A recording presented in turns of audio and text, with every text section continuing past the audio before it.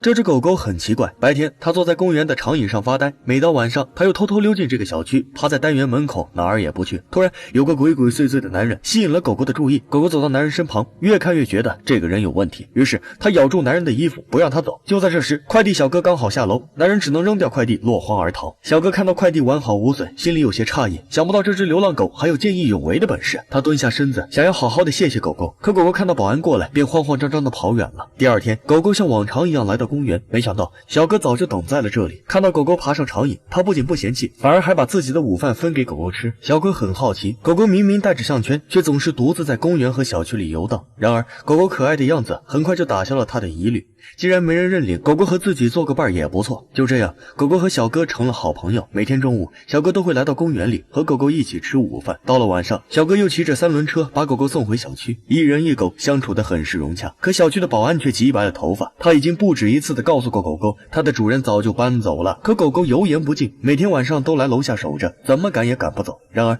狗狗何嘗不明白保安的意思呢？他只是不想放棄，他相信女孩一定會回來接走自己。日子一天天過去，狗狗還是堅持每天到公園守候。他站在女孩坐過的長椅上，看着秋葉爬上枝頭，看着暑往寒來，冬去春歸。又是一年盛夏，狗狗再次來到公園。突然他看到了熟悉的冰淇淋小車，在夢幻般的彩色泡泡裡，狗狗仿佛看到了女孩的身影。他一個箭步竄出去，卻被疾馳而過的車子撞倒。狗狗倒在地上，身體不停地抽搐着，眼前的世界逐漸變得昏暗，連最喜歡的泡泡也失去了色彩。等狗狗再次醒來，發現自己躺在冰冷的床上。雖然小哥及時把他送到醫院，可狗狗傷得實在是太重，醫生也無能為力。他能不能重新站起來，只能看自己的造化。小哥望着狗狗，心裡全是懊悔。可就在這時，狗狗動了，他用爪子扒拉着小哥的手。小哥明白狗狗的心意，他輕輕地抱起狗狗，離開了醫院。小哥哭得很是傷心，狗狗的忠誠深深地感動了他。他多麼希望狗狗的主人能快點趕回來，不要讓狗狗繼續在這受苦。小哥把狗狗送回小區樓下，彌留之際，狗狗想起自己和女孩的第一次相逢。櫻花樹下，女孩和他約定過，永遠都要在一起。恍惚間，狗狗聽到車聲，他艱難地睜開眼睛，不遠處出現了一個模糊的身影。狗狗掙扎着想要看清楚一點，隨着身影越來越清晰，狗狗也漸漸忘記了身體的傷痛。他一下子就坐了起來，女孩跪倒在地，緊緊地抱住狗狗，眼淚像雨一樣打濕了狗狗潔白的毛髮。狗狗把頭靠在主人的肩膀上，黝黑的眼睛裡逐漸恢復了神采。它艱難地扯動着肌肉，嘴巴緩緩地彎出一個弧度，狗狗開心地笑了。